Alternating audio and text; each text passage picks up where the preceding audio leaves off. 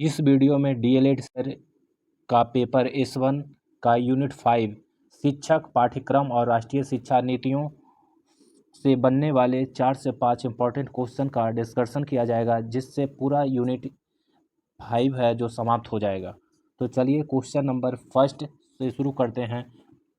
आज के संदर्भ में शिक्षक से संबंधित कौन कौन से मुद्दे प्रमुख हैं, इसकी चर्चा करें। इनके क्या समाधान हैं।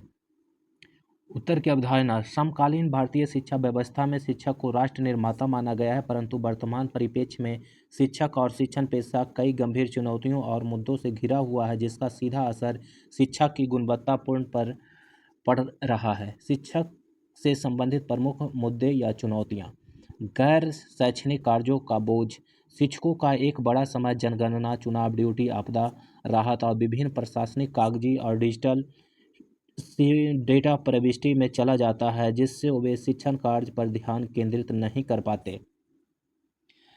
शिक्षक के विभिन्न कैडर और वेतन विसंगतियाँ। विशेषकर बिहार जैसे राज्यों में नियमित शिक्षक, नियोजित शिक्षक, अतिथि शिक्षक और संविदा शिक्षक जैसी कई श्रेणियां हैं। समान कार्य के लिए समान वेतन न मिलने से शिक्षकों में हीन भावना और असंतोष पनपता है। गुणवत्तापूर्ण शिक्षक प्रशिक्षण का अभाव। कई शिक्षक प्रशिक्षण संस्थान, बीएड, डीएलएड कॉलेज केवल डिग्री बांटने के केंद्र बन गए हैं, जिससे व्यावहारिक रूप से अक्षम शिक्षक व्यवस्था में आ रहे हैं। साथ ही इन सर्विस सेवाकालीन रिफ्रेशर ट्रेनिंग का अभाव है। जवाबदेही और प्रेरणा की कमी।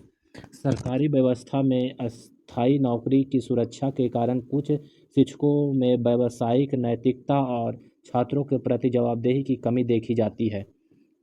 प्रभावी समाधान। पहला, शिक्षकों को आरटीआई कानून के अनुसार केवल चुनाव, जनगणना और आपदा के अलावा सभी गैर शैक्षणिक कार्यों से पूर्णतः मुक्त किया जाए।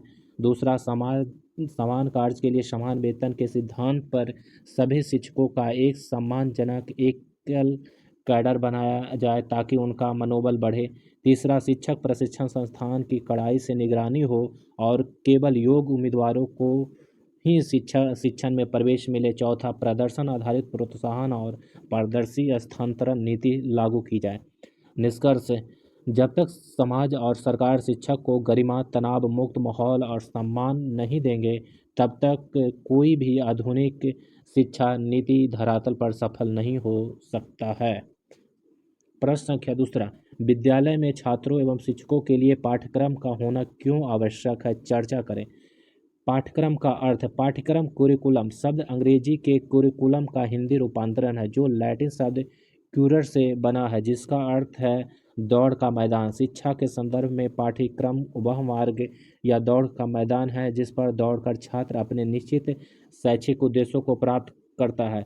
यह केवल किताबों का पुलिंदा नहीं है, बल्कि विद्यालय के भीतर और बाहर के वे सभी अनुभव है जो छात्र को मिलते हैं। छात्रों और शिक्षकों के लिए उसकी आवश्यकता और महत्व निम्नलिखित है।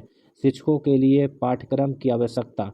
दिशा निर्देशन, रोड मैप। पाठ्यक्रम शिक्षक को यह स्पष्ट रूप से बताता है कि उसे किस कक्षा में क्या पढ़ाना है, कितना पढ़ाना है और किस उद्देश्य से पढ़ाना है। इसके बिना शिक्षक का शिक्षण दिशाहीन हो जाएगा।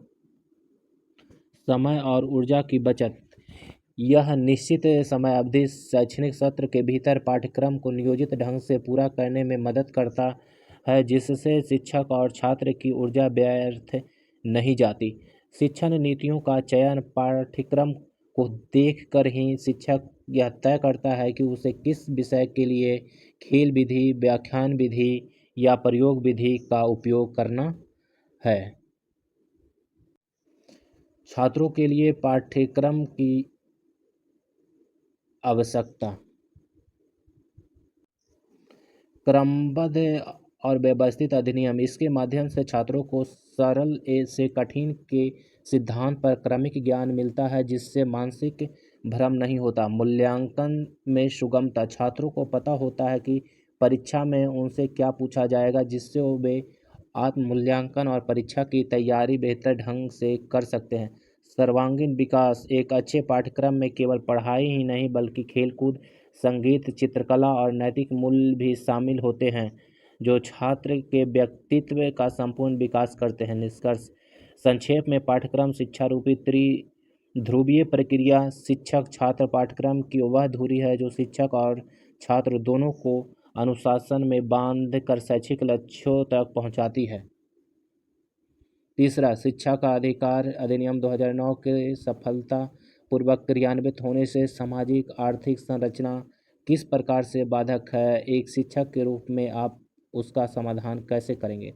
बाधाओं का विश्लेषण: शिक्षा का अधिकार अधिनियम राइट टू एजुकेशन 2009 कागजों पर एक अत्यंत प्रगतिशील कानून है, परंतु धरातल पर भारतीय समाज की सामाजिक आर्थिक संरचना सोशियो इकोनॉमिक स्ट्रक्चर इसके पूर्ण क्रियान्वयन में बहुत बड़ी बाधा बनी हुई है। यह संरचना निम्नलिखित रूपों में बाधक है: आर्थिक विषमता और बाल श्रम। अत्यंत गरीबी परिवारों के लिए आजीविका चलाना प्राथमिकता है, शिक्षा नहीं। माता पिता बच्चों को ईंट भट्ठों, होटलों या खेतों में काम पर लगा देते हैं, जिससे कानून होने के बावजूद अनिवार्य नामांकन और ठहराव नहीं हो पाता।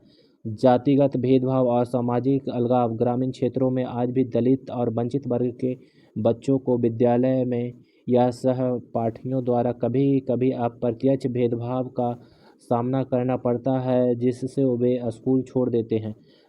सत्तात्मक संरचना और लैंगिक रूढ़िवादिता: लड़कियों को घर के काम संभालने और छोटे भाई बहन की देख रेख करने के लिए घर पर ही रोक लिया जाता है। बाल विवाह की सोच भी लड़कियों की उच्च प्राथमिक शिक्षा में बाधक है। एक शिक्षक के रूप में व्यवहारिक समाधान: my action plan as a teacher. एक शिक्षक के रूप में मैं केवल स्कूल की चारदीवारी तक सीमित नहीं रहूंगा, बल्कि निम्नलिखित सुधारात्मक प्रयास करूंगा। पहला, सामुदायिक संपर्क होम विजिट्स। मैं नियमित रूप से गरीब और रूढ़िवादी माता पिता के घर जाकर उनसे संवाद करूंगा और उन्हें शिक्षा के महत्व तथा मुफ्त सरकारी सुविधाओं, मध्याह्न भोजन, पोशाक, छात्रवृत्ति के बारे में समझाकर बच्चों को स्कूल भेजने के लिए प्रेरित करूंगा। दूसरा, भय मुक्त और समावेशी कक्षा। मैं अपनी कक्षा में कठोरता से यह सुनिश्चित करूंगा कि जाति, लिंग या धर्म के आधार पर कोई भेदभाव न हो। सभी बच्चों को समान स्नेह और सम्मान मिले ताकि वे स्कूल आने के लिए लायक रहें। एसएमसी को सक्रिय करना: विद्यालय प्रबंधन समिति की बैठकों में अभिभावकों को शामिल कर स्कूल की समस्याओं का स्थानीय स्तर पर समाधान निकालूंगा और बाल विवाह एवं बाल श्रम के खिलाफ सामाजिक चेतना जगाऊंगा। प्रश्न संख्या 4, शिक्षा नीति 1986 को किस नाम से जाना जाता है? शिक्षा नीति 1986 द्वारा शिक्षा के लिए प्रस्तुत मॉडल का संक्षेप में वर्णन करें। नामकरण और ऐतिहासिक महत्व: शिक्षा नीति 1986 को राष्ट्रीय शिक्षा नीति 1986 national policy on education NEP 1986 के नाम से जाना जाता है। स्वतंत्र भारत के इतिहास में यह दूसरी राष्ट्रीय शिक्षा नीति थी जिसे तत्कालीन प्रधानमंत्री राजीव गांधी के कार्यकाल में तैयार किया गया था। इसे बाद में 1992 में संशोधित किया गया। NEP national policy education 1912 programme of action. इस नीति का मुख्य उद्देश्य देश में शैक्षिक असमानताओं को दूर करना और शिक्षा का आधुनिकीकरण करना था। एनईपी 1986 द्वारा प्रस्तुत शिक्षा का मुख्य मॉडल और संरचना निम्नलिखित बिंदुओं के अंतर्गत संक्षेप में वर्णित है। 10+2+3 राष्ट्रीय शैक्षिक संरचना: इस नीति ने पूरे देश के लिए एक समान शैक्षिक ढांचे को अनिवार्य किया, जिसमें प्रथम 10 वर्ष की शिक्षा प्राथमिक, उच्च प्राथमिक और माध्यमिक, उसके बाद 2 वर्ष के लिए उच्च माध्यमिक +2 इंटरमीडिएट और तत्पश्चात 3 वर्ष के लिए स्नातक ग्रेजुएशन डिग्री शिक्षा का मॉडल प्रस्तुत किया गया। राष्ट्रीय पाठ्यचर्या ढांचा कोर करिकुलम: पूरे देश में के लिए एक साझा कोर पाठ्यक्रम की वकालत की गई, जिसमें भारत का स्वतंत्रता आंदोलन, संवैधानिक उत्तरदायित्व, राष्ट्रीय पहचान, लैंगिक असमानता और वैज्ञानिक दृष्टिकोण जैसे तत्वों को अनिवार्य रूप से शामिल किया गया। ऑपरेशन ब्लैकबोर्ड: प्राथमिक विद्यालयों में न्यूनतम आवश्यकता भौतिक सुविधा, कम से कम 2 बड़े कमरे, ब्लैकबोर्ड, चॉक, डस्टर, मानचित्र, खिलौने और 2 शिक्षक जिसमें एक महिला हो सुनिश्चित करने के लिए यह देशव्यापी अभियान शुरू किया गया। नवोदय विद्यालय की स्थापना ग्रामीण क्षेत्रों की प्रतिभाओं को निखारने के लिए देश के प्रत्येक जिले में एक आवासीय जवाहर नवोदय विद्यालय की स्थापना का मॉडल इसी नीति की देन है। शिक्षा का सुदृढ़ीकरण प्राथमिक स्तर के शिक्षकों की गुणात्मक प्रशिक्षण के लिए प्रत्येक जिले में जिला शिक्षा एवं प्रशिक्षण संस्थान डाइट जिला शिक्षा और प्रशिक्षण संस्थान की स्थापना का प्रावधान किया गया। निष्कर्ष, राष्ट्रीय शिक्षा नीति 1986 ने भारतीय शिक्षा प्रणाली को एक स्वरूप, ढांचा और आधुनिक दिशा प्रदान की। वर्तमान की नई नीति शिक्षा नीति एनईपी 2020 आने से पहले तक लगभग 34 वर्षों तक भारत की पूरी शिक्षा व्यवस्था इसी 1986 के मॉडल पर टिकी हुई थी। शुभकामनाएं, परीक्षा में आपकी सफलता सुनिश्चित हो। और इस वीडियो को देखने के लिए धन्यवाद और इसे अधिक से अधिक ग्रुप में शेयर करें और सब्सक्राइब, लाइक और कमेंट करें। Thank you.